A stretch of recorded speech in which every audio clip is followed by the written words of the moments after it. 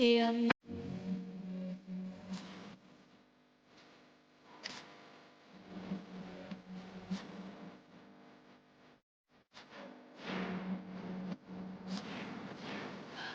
et bienvenue dans Au Féminin. Je suis ravie de vous retrouver. Mon invitée est coach sportive et professeure de pilates. Pendant 5 ans, elle a été victime de troubles du comportement alimentaire. Aujourd'hui, elle témoigne volontiers de son histoire, notamment sur les réseaux sociaux où elle rassemble plus de 200 000 abonnés. Elle souhaite faire prendre conscience que si les TCA font du mal au corps, les souffrances morales sont encore plus grandes. Bonjour Sybille. Bonjour. Merci beaucoup d'être avec moi ici aujourd'hui. Merci à vous. Sybille, vous dites que les troubles du comportement alimentaire, c'est le combat de votre vie. Pourquoi ? Parce que ça a été 5 années qui m'ont extrêmement marquée physiquement et mentalement et qui continuent à avoir des impacts sur moi, mais aussi sur énormément de personnes aujourd'hui. Et ça a été des années extrêmement éprouvantes où j'ai pensé ne jamais réussir à en sortir. Et finalement, c'est aujourd'hui avec le recul que je peux être fière de moi et me dire que j'ai passé cette épreuve. Mais ça a été des années extrêmement marquantes pour moi, pour mes proches, pour les gens que j'aime. Et ça a été une période très sombre. Et voilà. Vous en parlez beaucoup avec vos abonnés, hein ? C'est quelque chose, vous avez rassemblé, créé une vraie communauté autour de vous. Et vous échangez beaucoup à ce sujet-là. Oui, c'est vraiment le sujet qui me tient énormément à cœur d'en parler. J'essaye de faire de la prévention aussi autour de ça parce que malheureusement aujourd'hui, surtout avec les réseaux sociaux, les troubles du comportement alimentaire, c'est un sujet qui touche énormément de personnes, que ce soit les hommes et les femmes. Et comme aujourd'hui je suis coach sportive, j'aimerais vraiment pouvoir permettre aux personnes de retrouver un rapport sain avec le sport, avec l'alimentation, retrouver du plaisir à faire du sport et pas seulement voir ça comme un moyen de se punir ou de se faire du mal, quoi. À quel moment ces troubles ont commencé, Sybille ? Ils ont commencé lorsque j'avais à peu près 14-15 ans. J'étais en 3e, donc au collège, simplement par envie de perdre un peu de poids parce que j'étais toujours très très complexée par mon poids depuis toute petite. Ça a été l'objet de pas mal de critiques pendant mon enfance. Et voilà, je me suis construite avec une image un peu dégradée de moi-même où j'étais toujours très complexée. Et un jour, j'ai décidé de changer. Et j'ai fait un peu comme je pouvais à l'époque. Bon, ça s'est très vite déclaré de façon très toxique, mais voilà, au début, ça partait que d'une bonne intention. Comment ça se passe ? Comment ça se manifeste, du coup ? Vous privez de nourriture ? Ça a simplement commencé en me disant, avec le peu de connaissances que j'avais, je me suis dit, je vais simplement essayer de manger un petit peu moins. Et puis en fait, j'ai très vite commencé à me peser de façon extrêmement régulière. Et en fait, en voyant que lorsque je mangeais moins, je perdais du poids, c'est devenu très vite addictif en fait. Et puis à partir de là, j'ai commencé à manger de moins en moins, à restreindre des catégories d'aliments, à avoir peur de certains aliments, à faire du sport de façon excessive, être vraiment obsédée par le fait de maigrir et cette sensation de vide. Vous le remarquez, vous, à un moment donné, vous le ressentez, vous constatez que là, ça devient compliqué. Vous alertez votre entourage, qu'est-ce qui se passe ? Exactement. En fait, très très vite, je dirais peut-être un mois déjà dans ce cercle vicieux, j'ai très vite alerté mes parents parce que je sentais que j'avais une détresse psychologique, en fait, que ça s'accompagnait aussi avec des signes de dépression, j'avais plus envie de rien, je pleurais très très souvent, j'étais obsédée par ça tout le temps. Je me levais le matin, c'était les premières pensées que j'avais, c'était est-ce que j'ai perdu du poids, j'allais me regarder dans le miroir, enfin vraiment c'était une obsession totale et j'ai très vite compris que c'était anormal et du coup j'ai alerté mes parents et qui ont été présents tout le long avec moi et qui m'ont direct d'ailleurs orientée vers une psychologue avec qui malheureusement c'est pas que ça s'est mal passé, mais j'ai pas eu la prise en charge que j'aurais dû avoir parce que à l'époque, j'avais pas encore les répercussions physiques. Donc malgré le fait que je l'alertais sur le fait que j'avais des comportements extrêmement toxiques avec l'alimentation, que j'avais clairement des signes de dépression, etc. Il n'y a pas eu le terme anorexie mentale qui a été posé, il n'y a pas eu le terme TCA, il n'y a pas eu le terme dépression.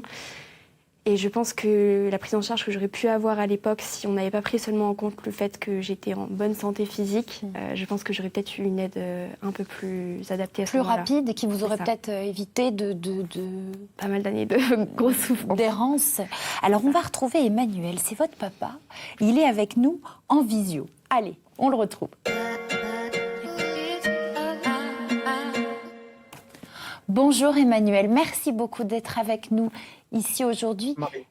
Évidemment, la première question que j'ai envie de vous poser, c'est à quel moment vous avez pris conscience du mal qui touchait Sybille ? Alors, comme Sybille l'a dit, c'est apparu de manière un peu sournoise. On a compris, on comprenait l'ensemble de sa famille, sa maman et ses frères et sœurs, qu'elle avait entamé un régime alimentaire, qu'elle avait envie de changer. Donc, on pensait que c'était une dynamique plutôt positive au départ, et en même temps, on voyait qu'elle se fragilisait. Et puis surtout, on finissait par ne plus comprendre pourquoi ce régime alimentaire devenait totalement hors de contrôle. Et donc, évidemment, ça a généré un sentiment d'angoisse un peu générale. Est-ce que vous avez le sentiment qu'on est suffisamment informé, alerté voilà, qu'on a suffisamment les informations pour repérer le moment où ça ne va plus, en fait ? Clairement, non. Je pense que ça mériterait un vrai travail d'information à un niveau de la santé publique. Malgré une sensibilisation professionnelle autour des problèmes de santé chez ces deux parents, on est passé à côté, clairement. On n'a pas compris tout de suite, et puis on a été aussi confronté à, comme l'a dit Sybille, à la fois un phénomène d'errance diagnostique, et puis aussi au fait que ce diagnostic il a mis du temps à être annoncé par les professionnels de santé qui l'ont pris en charge et accompagné. Et ça nous a laissé dans une période de grand doute, de grande incompréhension, et que c'est générateur en soi d'angoisse, cette absence de mots posés sur des troubles.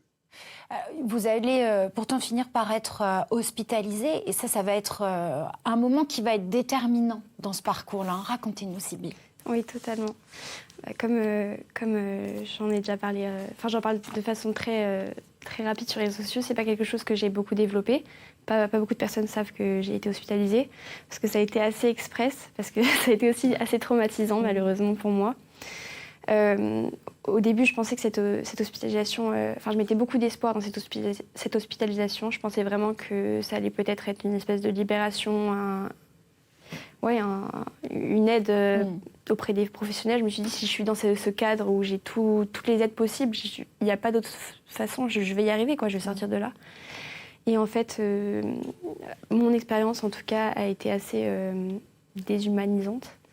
Je me suis retrouvée là, enfermée. On venait me voir uniquement pour me faire des prises de sang, pour me poser des électrocardiogrammes, plein d'examens médicaux. Et c'est vrai que ça a été un moment où, en fait, quand j'ai dû dire au revoir justement à mon papa à l'hôpital, ça a été un moment extrême. Ça a été très, très difficile. Ça a été traumatisant, clairement. Moi, j'ai dit avec le sourire aujourd'hui, mais ça m'émeut. Je me suis dit que je ne savais pas quand est-ce que j'allais revoir ma famille, que je savais qu'ils me laissaient là-bas en pensant que ça allait m'aider et qu'ils faisaient ça pour mon bien, et c'était aussi volontaire de ma part. Et en fait, le lendemain, j'ai appelé mon père en détresse, clairement, en lui disant « Papa, je t'en supplie, viens me chercher, je ne veux pas rester ici, je ne vais pas y arriver, je vais juste m'enfoncer encore plus. » Ça a été le contrat que vous avez passé à ce moment-là, tous les deux. Il est venu vous chercher et la condition, c'était que il fallait regarder les choses en face et puis reprendre une dynamique différente. Ça a pris du temps. On va le dire, ça n'a pas été tout de suite le retour et le chemin vers le mieux-être que vous attendiez. Mais il y a un moment donné, vous allez découvrir le sport. Totalement. Et alors, racontez-nous ça. Alors, mais en tout cas, c'est la pratique intensive vous a fait du bien. Et moi, j'ai envie de vous demander quand même, est-ce que du coup, on ne remplace pas une addiction par une autre ? Alors, je comprends totalement ce point de vue-là, évidemment. Alors, j'insiste énormément là-dessus, j'ai aussi beaucoup de questions de personnes qui souffrent actuellement d'anorexie mentale ou d'autres TCA et qui me demandent est-ce que je peux faire du sport. Je ne suis pas apte, moi, dans cette position-là, de dire à quelqu'un est-ce que oui ou non vous pouvez faire du sport. Il faut faire extrêmement, extrêmement attention lorsqu'on souffre d'anorexie mentale ou de peu importe quel TCA. Lors de faire du sport, il faut prendre toutes les précautions. Parce que moi, j'ai été interdite de faire du sport pendant plusieurs mois. Et c'était nécessaire à ce moment-là. Même si c'était difficile mentalement, c'était extrêmement nécessaire. C'était dangereux pour ma santé. Et j'ai repris le sport une fois que j'étais en meilleure santé physique et j'étais en capacité de bouger mon corps. Et c'est seulement à ce moment-là que j'ai pu en refaire. Et à ce moment-là, du coup, ça a été vraiment... je dis souvent que c'est un antidépresseur pour moi. C'est vraiment un outil pour... stabiliser mon moral, me sentir bien tous les jours. Et c'est vraiment quelque chose qui me permet de me vider la tête, de penser à autre chose, de me faire du bien. Et c'est vraiment... À chaque début de cours, je dis toujours aux filles à qui je donne des cours, je dis toujours on est ici pour se faire du bien physiquement, mais mentalement. Je veux qu'après le cours, les filles se disent je me sens bien. Ouais. Je me suis fait du bien. Emmanuel, quand vous écoutez le parcours de Sybille et votre parcours, parce que c'est aussi votre parcours, quel conseil vous donneriez-vous aux parents qui vont nous écouter ou nous regarder ?